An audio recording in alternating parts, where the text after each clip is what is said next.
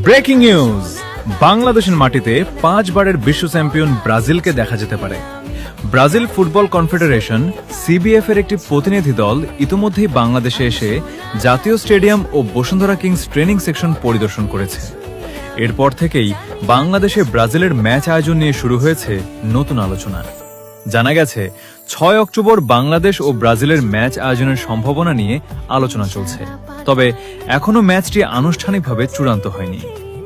শেষ পর্যন্ত এই ঐতিহাসিক ম্যাচটি হবে কিনা সেটি অনেকটাই নির্ভর করছে বাংলাদেশ ফুটবল ফেডারেশন বাফুফের সিদ্ধান্ত ও পরবর্তী আলোচনার উপর।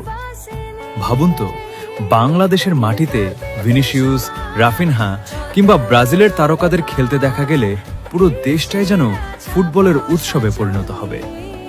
6 অক্টোবর কি সত্যি বাংলাদেশ বনাম ব্রাজিল এর খেলা হবে? উত্তর জানতে এখন শুধু বাফুফের চূড়ান্ত সিদ্ধান্তের অপেক্ষা।